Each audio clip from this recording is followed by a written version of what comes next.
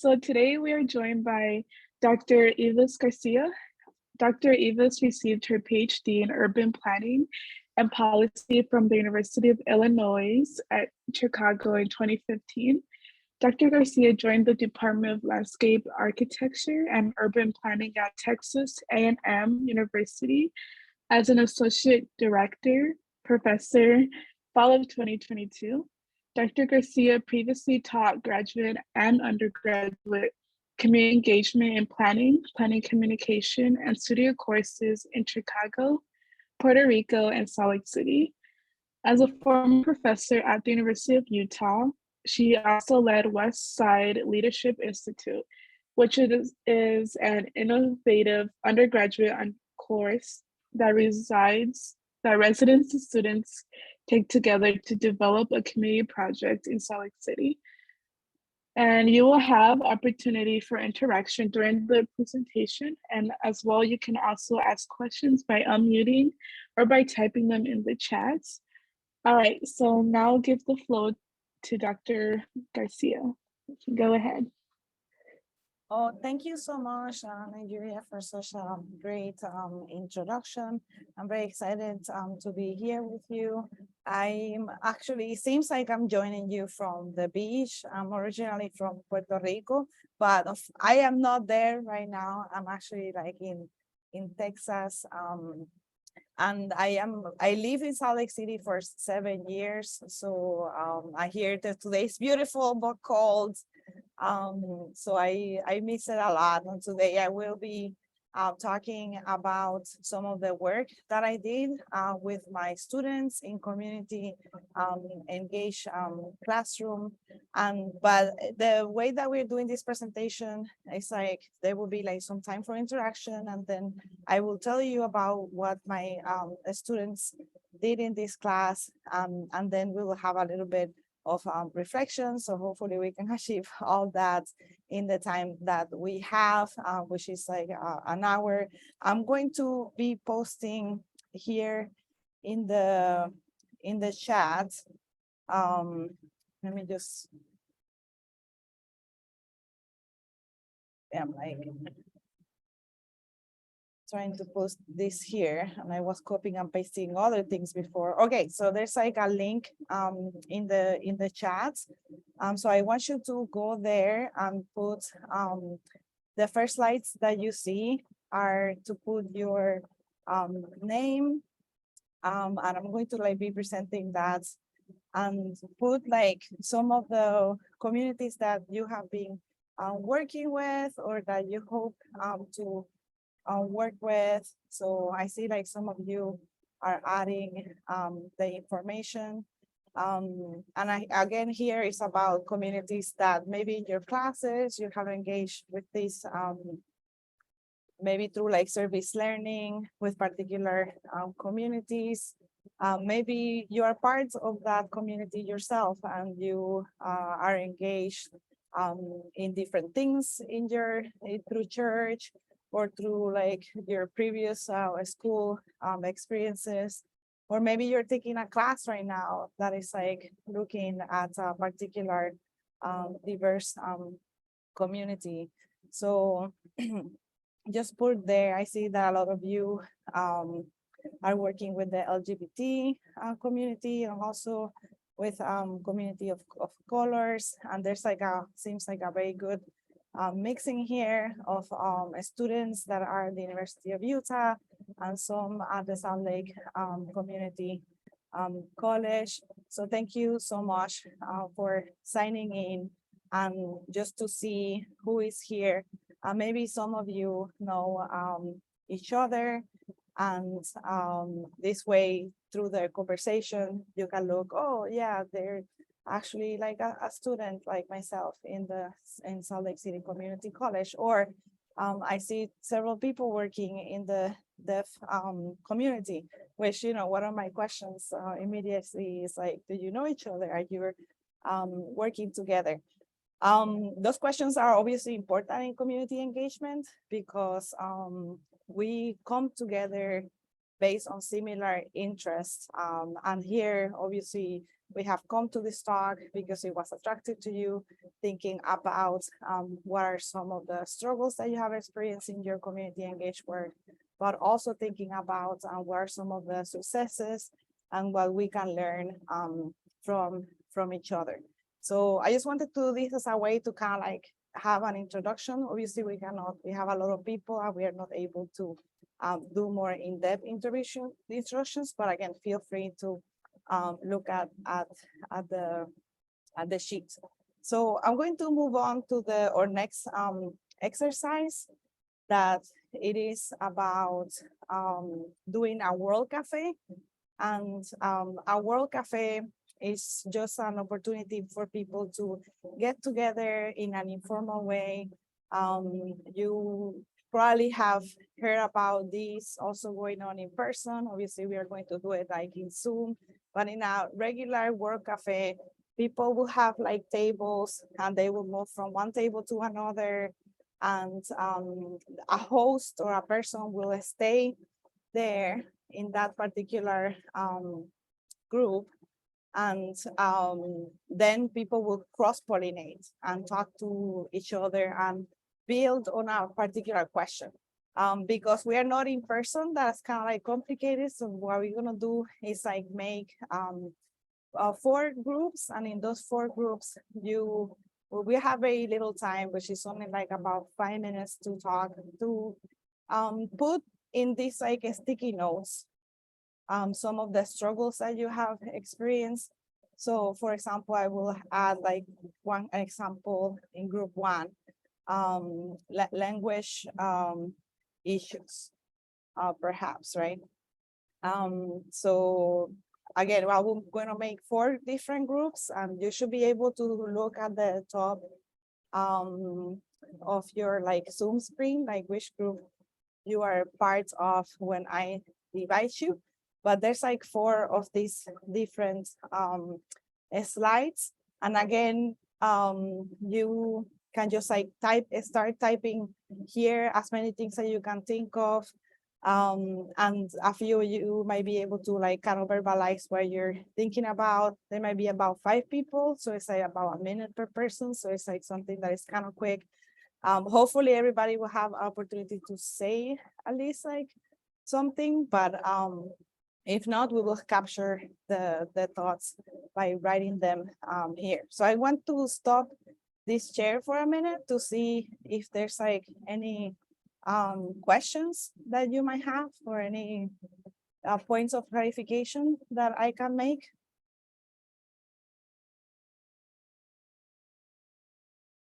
Okay, so it doesn't seem like I need to make points of clarification. And I hope that again, everybody has the space that we are like working in. I'm gonna like put it here again. And I'm going to then divide you in your breakout groups. So it seems like there's like 6 participants per room, which is a little bit much actually. So I'm going to just real quick add one more room. So we have like now 4 to 5 participants. I'm gonna add 6 rooms actually, or 5 rooms. And what I'm gonna do is like add a slide. Right now I don't have like an extra slide, but I will do that as a slide number 5 while you're doing this. So I just going to create the rooms and open all the rooms so you can go there. And again, if you're going to the slide, we'll create one. Right, well, welcome back. I see that, yeah, people are just coming back to the main room. I had the opportunity to visit all the rooms. Some of them were a little bit more quiet working on the spreadsheets or the PowerPoint. So I look forward to reading those like more like carefully. And some of you were having, again, very lively conversations. So thank you so much for engaging in this exercise. So now we have about 5 minutes to talk about some of these conversations. Not everybody has to report back. We have a lot of rooms, but if I could hear like from 2 or 3 groups and then talk about we can put together what were some of the both conversations that you have in terms of like what were some of the struggles, but also some of the successes that you have working with diverse communities. Is there anyone that likes to share what was a conversation that you had?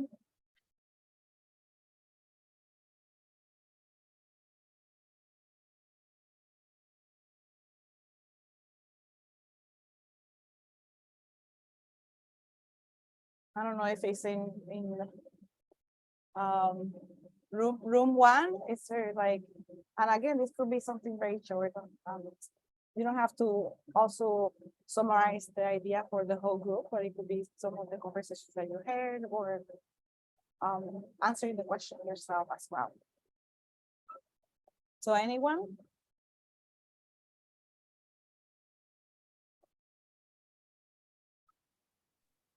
I can share. Thank you so much. So in my group, somebody did say how one of the challenges of working with a diverse community was how they have, like, sometimes they have a lack of trust, Yes. and that could cause like a conflict. Yes, and it takes a long time to build partnerships, right? And to build that trust. And many times you go for like maybe short period of time, right? And it also depends, as you say, like who's doing the engagements. If you're doing it with the university, there's definitely a lot of suspicion, right? Yes. From the university. Also, like if you work for government and if you're not from that community, definitely it makes it a little bit easier if you like share the identity, right? Yes. Of that particular diverse group. And again, diverse is like broadly defined how how I saw that you did it, actually, like in the way that you were answering the questions. Thank you so much for like sharing big challenge. And anyone else wants to share like a challenge that stood out to you, or maybe a success that you have had?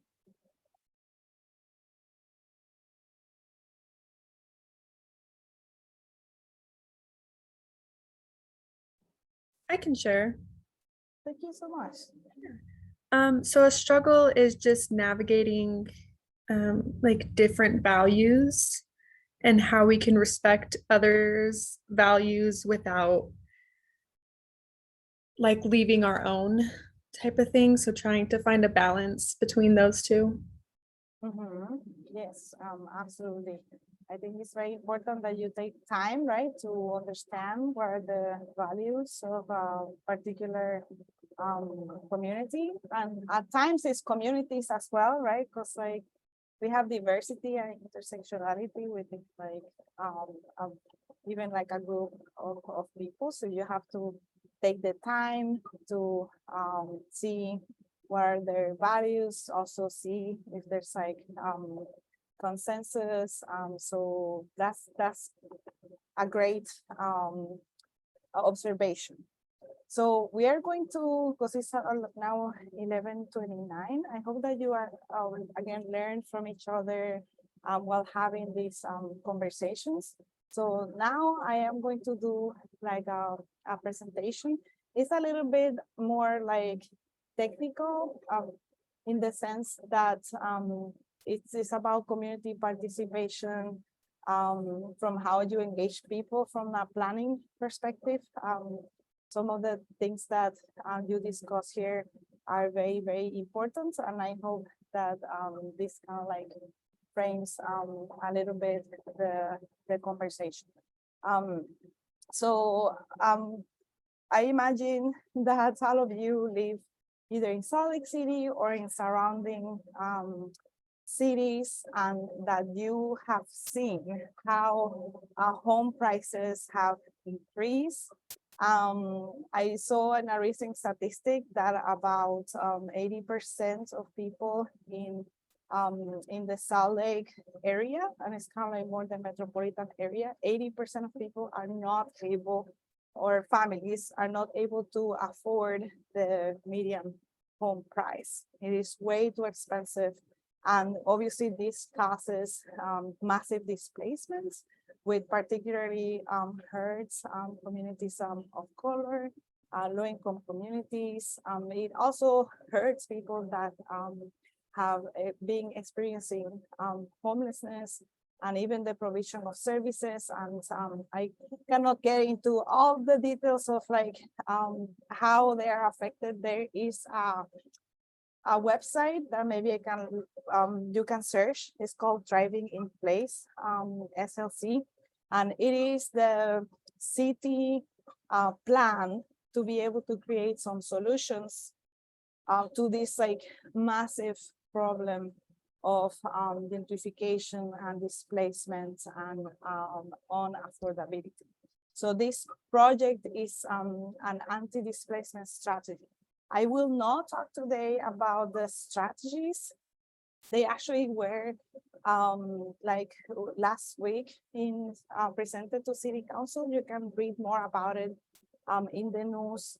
And my students like were very involved in creating some of the solutions. But what today we will talk about is like how the community was engaged in this process of what is the problem, first of all, and then thinking about solutions.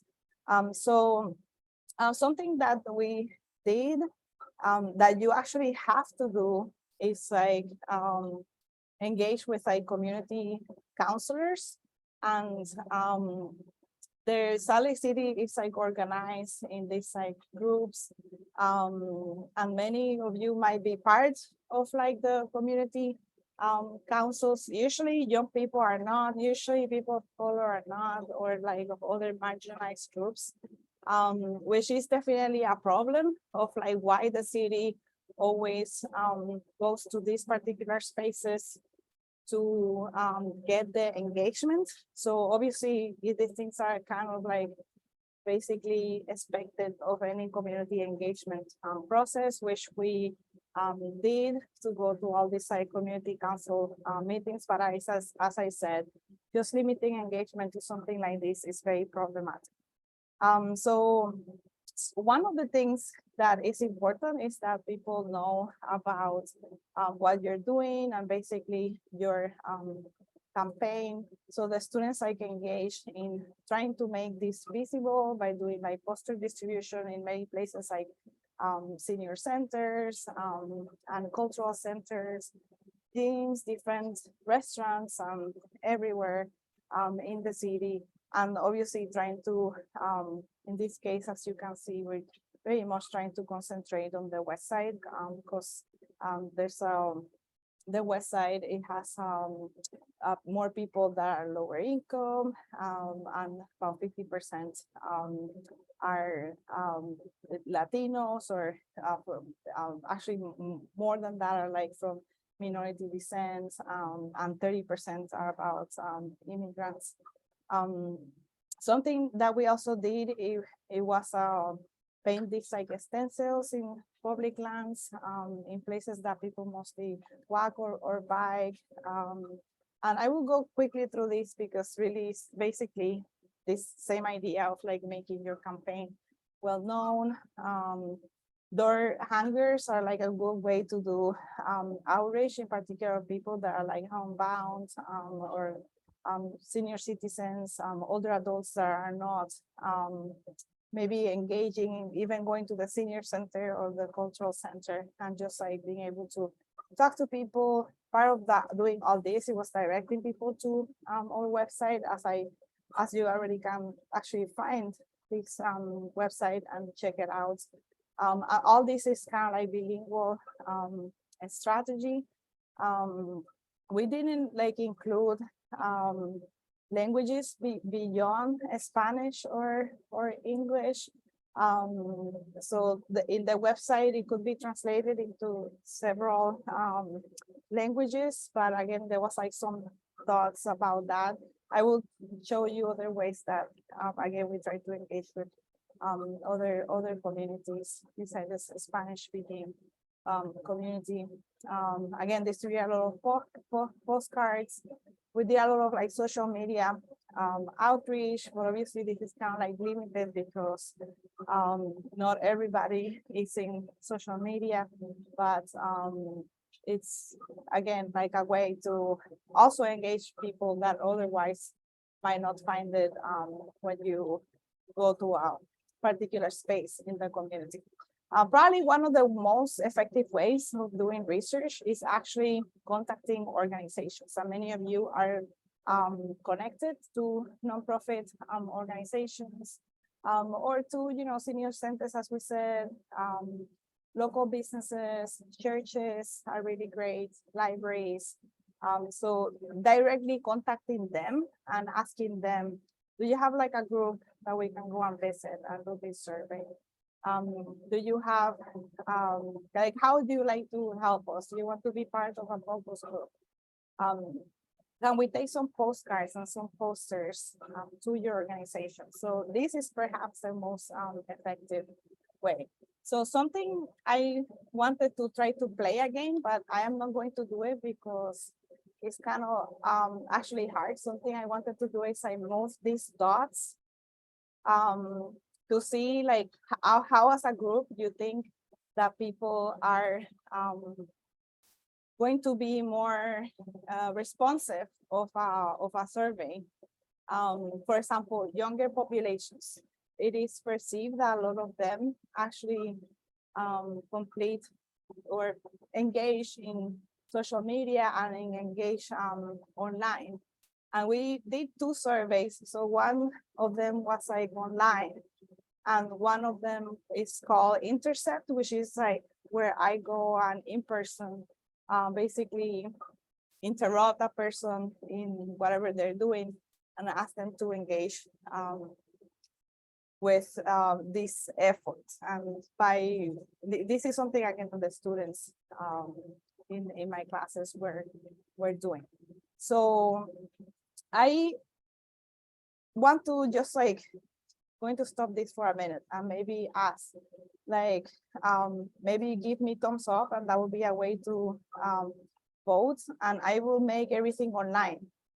So basically saying, do you think that young people are more likely to answer online? Give me thumbs up if you think that that's true.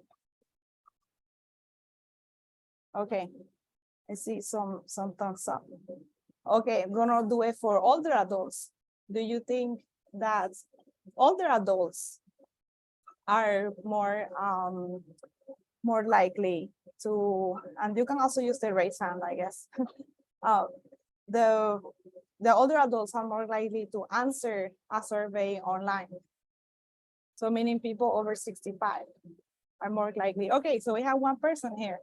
Matty believes that, but I think that Matty, you also said like that young people, right? So both, okay. And then how do you think that people of color are more likely to answer online? Okay, nobody put any thumbs up or anything. Do you think that women are more likely to answer online?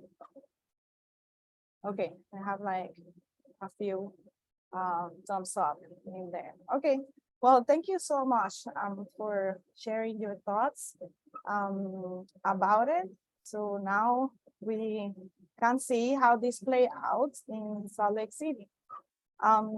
So we, in this survey that was online, we actually asked people to put their where they're like from. So we got like it was like about 1,200 online responses. The survey was also done in Spanish. Not that many people answer that with that option, only 14 people. And then we have like the intercept, which was in person. So 851 people fill this out. Remember that this is a lot harder to get because it takes a lot more time and effort to have the students go one-on-one and having people fill this out. And in the intercept, it did like pretty good in terms of the Spanish speaking population.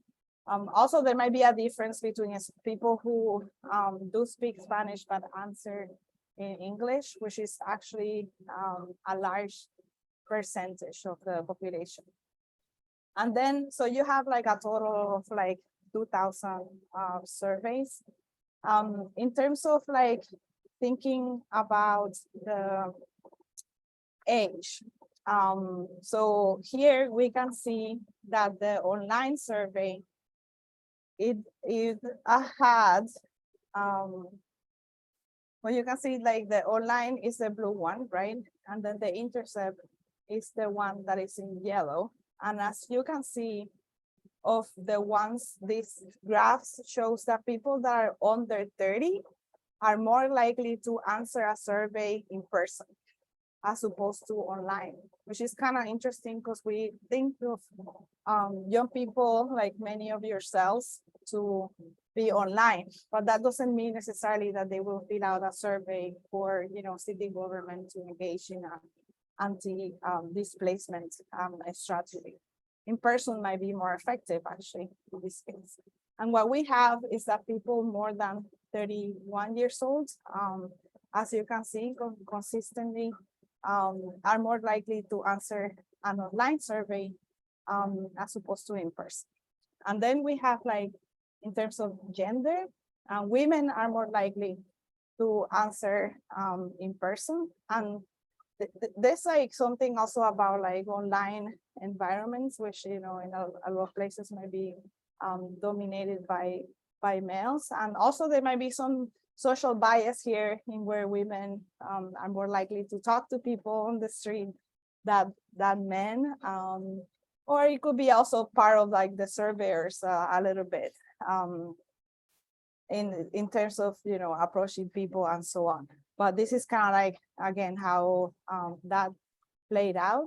And then, so we have the, in terms of like online surveys, so none of you believe that, again, this was like good for people of color. Well, you will write. So people of color are way more likely to answer intercept survey or in person. And this was especially true here, actually, you can see with the Hispanic community. And then I forgot to ask about the income, but this one was like very interesting because this was actually very key for our research because we wanted to have anti-displacement strategies of people that were lower income, in particular, and people that were more susceptible to displacement. So we have the people that, let me see if I can. I'm right here. Oh, what's that? Oh, I think that I cannot unmute, but if you can unmute yourself. Okay, Jessica, I appreciate it. All right, so, okay, let me just go back. It was like the people who make less than $50,000, they, again, are more likely to answer in person. And this was like hugely skewed. The majority of people that answer online made more than $150,000. Which was a large percentage of those people answering online. And in terms of the living situation, obviously the people, renters were more likely to answer in something in person than homeowners. And people that were on house or were in unstable housing obviously didn't have as much access to online surveys. So that's like something for you to think about, like how you engage the public and how in pretty much like all these people who were young and women, people of color, lower income, renters, all of them were better to reach out to them in person than in online. And that really is like a key takeaway that I took out of this, because as we move in as in an online worlds, we see that again, one-on-one engagement is it has the potential of like being more equitable. Something else that we did, it was like to engage the youth. Here you see like these like very cool images of them building the city that they would like to see. So many things that they talked about, it was like adding apartments and places that were more affordable.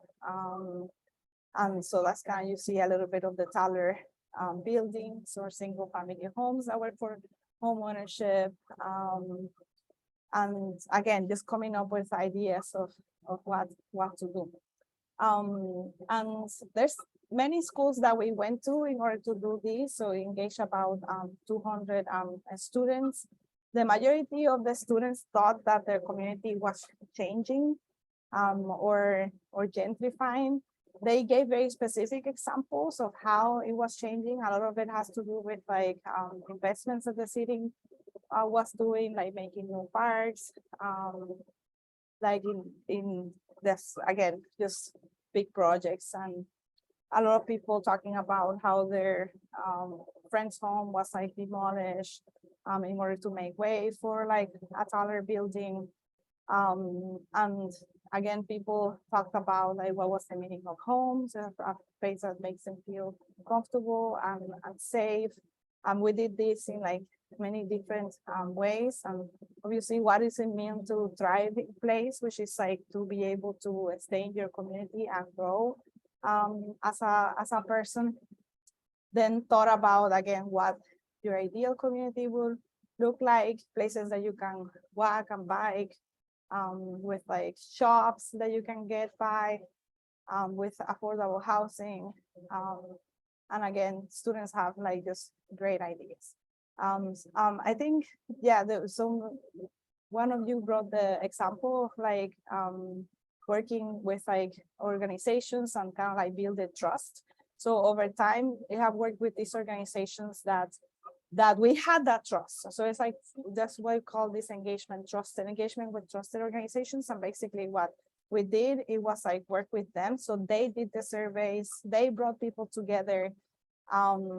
They did all these things. We just kind of like come in and talk about the project, and we hired these like community lessons. They were get paid for this, or the organizations were paid for this. People were paid to come to these conversations. And it was with the idea of like engaging other diverse communities, in the Latino community, people who experience homelessness. There's like some partnership with Black Lives Matter as well, with Picard, that it works with a Pacific Islander community. So we again engaged many people on these, and again we found out that home ownership was like a priority for a lot of people, but obviously it's not something that they are even like dreaming about. So it's kind of like creating more opportunities for home ownership, but also like in terms of like renting, a lot of people do struggle even with paying with rents. And we learn about many issues that were going on between like tenants and landlords. Something that is always very important in community engagement is to also like celebrate like what you have learned together. So we did like this festival, and we wanted to do like some mural painting, that we took the time to like translate this idea of like what thriving in place means here. So it was like translated in different languages in the community, and people came together, you know, to be thinking about the mural and what we will go in the mural. So this mural is right now in the Tree Confluence Park, and you have like these different types of housing, and then some people voted on what were the most important words that they will consider when thinking about anti-displacements, and you can actually go and see the mural. I don't know if I did include the picture of the mural at the end. So maybe, but if not, you can go and like check it out. It's very, very beautiful. And then with the youth, we did something similar. And so in a school, we like painted this mural, and it's something that the students did, but also like my students, and they did it like together. This one, they could choose anything that they want for the mural, so they chose to put like juntos es mejor, or togetherness is better, with the idea of like, you know, having all these diverse groups and communities to be able to stay where they are, to be able to grow together in place. So all this like part of engagement, it was to understand again the problem and to start to be thinking about solutions. Phase one of city sponsor project, right? So this is something that the city will transform into like policies and things to change. I said that I obviously would not talk too much about that, but some ideas are creating a mitigation fund. Oh, excuse me.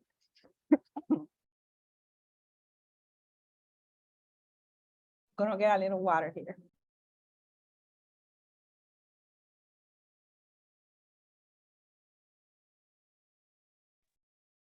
I have been talking too much and I have a little cold, so that's why.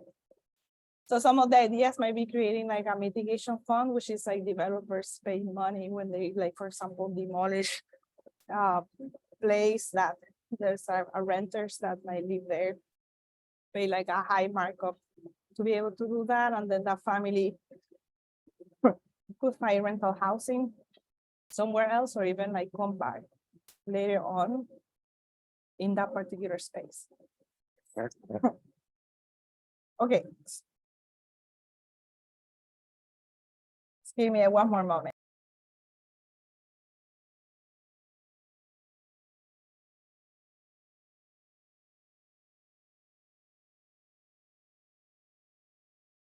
Only like a few more minutes. I wanted to see if anyone has like any questions about the project, about thriving in place, or about like the engagement process that we did, or is there anything that you'd like to share?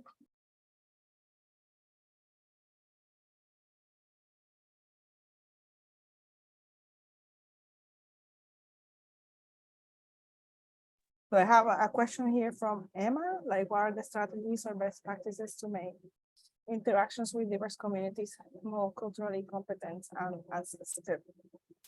So I think that like some of the best strategies that we use, it was like working with organizations that work with those communities. So because obviously they are already like culturally competent and sensitive, because they already have the trust. I think that Marian was the one who brought that up. I hope that I'm not like confusing the student who brought that up.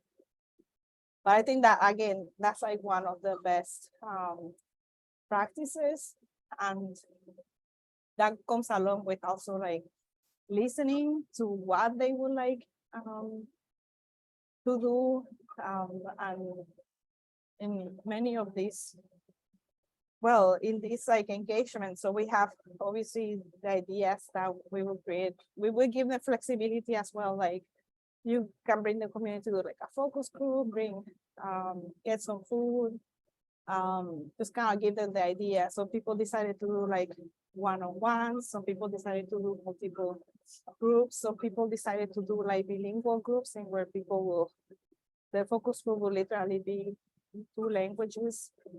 These people come together. So some of them were very diverse and representative of the community. Some of them only represented one particular community. The questions could be very different. Like something I was like learning is that for in the like the topics that they want to talk about, like with the Pacific Highlander community, for them, like intersectionality. Oh, sorry, intersectionality. Living in an intergenerational household was like very important. So, but this like idea of having like bigger homes that will like house everyone, and again, everybody could. The questions were whatever they wanted. So we would just basically say, you know, it has to be on this context, obviously, which is anti-displacement. So what we're going to do about it, but just give them a lot of liberty in that. So I think that that's a way of also building trust, right? That you're not like imposing yourself or your values of what you want on the community. So thank you so much, Emma, for that question. I want to see if anyone else has like any questions about this particular project or about just engagement in general, or your experiences as well.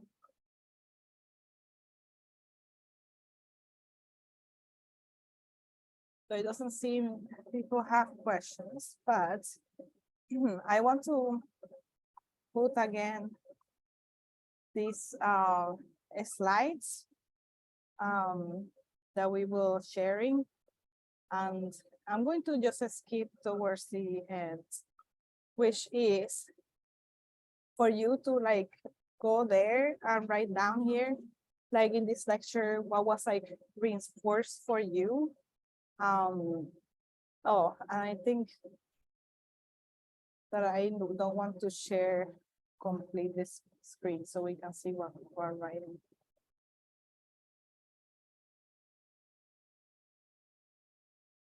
Oh, here. Yeah, if you can go to like 39, I think you can see that. And then just type here like what was reinforced for you, but then also we will move quickly to think about what is a new insight that you learned from today. So reinforcement is like something that maybe came, you know, in a circle for you, something that you know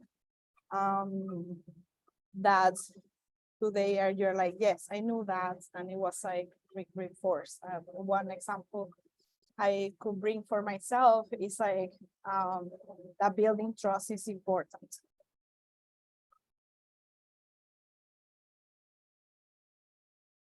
So just kind of like take a little, like a minute to write down what really was like reinforced for you.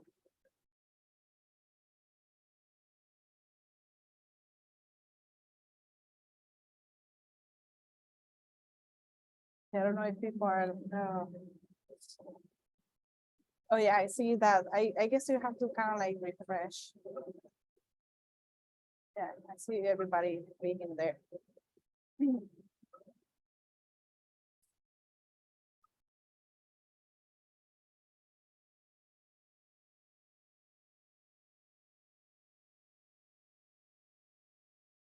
Yeah, I don't know why it's not refreshing on mine, but that's okay. We can again just take our time to just write down what was reinforced for you, and I can see that people are writing to build trust with diverse communities takes time, and one must understand differences perspective. In order to be effective, community has its own autonomy and it needs to be understood for community work to be effective. Yeah, thank you so much. And to build community, you have to start with knowing the community.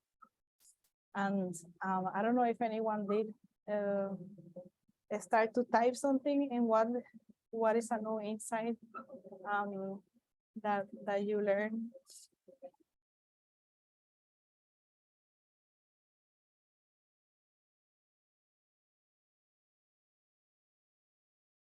Yeah, like I see, yeah, thinking about online versus person.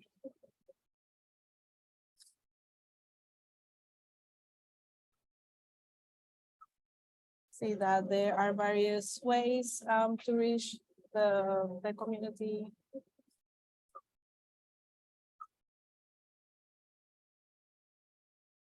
Right. Well, thank you so much. I hope that this like was useful and helpful for everyone. I don't know, like Naira, if there's like some closing from the Bellingham Center. Yes, yes. So again, thank you so much for participating in the session. And a special thank you again to you, Ivis Garcia, for sharing your knowledge and your wonderful experience with us.